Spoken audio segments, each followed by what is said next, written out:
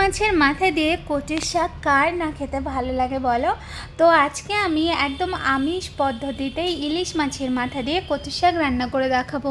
তো প্রথমে আমি এখানে নিয়ে নিয়েছি কচু, এরপর আমি কচুটাকে ভালো করে কেটে ধুয়ে নিয়েছি। এরপর কড়াইয়ের মধ্যে কচুটা দিয়ে ওর মধ্যে সামান্য পরিমাণ জল, পরিমাণ মতো লবণ আর হলুদ দিয়ে তারপরে ঢাকা দিয়ে কচুটাকে ভালো করে একটু সেদ্ধ করে নেব। 3 মিনিট হয়ে গেলে তারপর ঢাকনাটা তুলে এরপর কচুটাকে একটু নাড়িয়ে চাড়িয়ে নেব। তারপর আমি ঢাকা দিয়ে আবার কচুটাকে একটু সেদ্ধ করে নিতে হবে। তো 3-4 মিনিট হয়ে গেলে এরপর ঢাকনাটা উঠিয়ে দিয়ে কচুটাকে নামিয়ে নেব। তারপর কচুটাকে চিপড়িয়ে কচুটার থেকে ভালো করে জলটা ঝরিয়ে নেব। এরপর কড়াইয়ের মধ্যে তেল দিয়ে ওর মধ্যে শুকনো লঙ্কা, তেজপাতা আর কালো জিরে ফোড়ন দেব। তারপর আমি ওর মধ্যে দিয়ে দেবো এখানে ইলিশ মাছের মাথা দিয়েছি।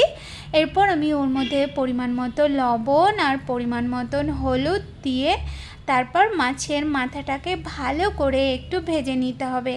মাছের মাথা ভালো মতন ভাজা হয়ে গেলে এরপর মাছের মাথাটাকে তুলে নিয়ে তারপর একটা আলাদা পাত্রে রেখে দেব। আর ওই তেলের মধ্যেই দিয়ে দেবো এখানে আমি একটা গোটা পেঁয়াজ, এখানে 10-12টার মতন রসুন কোয়া আর এখানে যেমন ঝাল খাবে সেরকম লঙ্কা দিয়ে এটার একটা পেস্ট বানিয়ে নিয়েছি, সেটা দিয়ে দিয়েছি। তারপরে আমি ওর মধ্যে দিয়ে দেবো 1/2 চামচের মতন জিরে গুঁড়ো, এখানে দিয়ে দিয়েছি 1 চামচের মতন শুকনো লঙ্কার গুঁড়ো আর পরিমাণ মতো লবণ আর হলুদ দিয়ে মশলাটাকে ভালো করে একটু কষিয়ে নিতে হবে। মশলাটা যখন ভালো মতন কষানো হয়ে যাবে তারপর আমি ওর মধ্যে দিয়ে দেবো কচুর শাকটা। এরপর আমি ভালো করে এটাকে নাড়িয়ে চাড়িয়ে ভালো করে কষাবো। আর এই সময় গ্যাসটাকে একদম জোর করে দিয়ে এটাকে ভালো করে কিন্তু টানিয়ে নিতে হবে। প্রায় হাফ যখন হয়ে যাবে তখন এটাকে ভালো করে একটু ঘেঁটে দেব।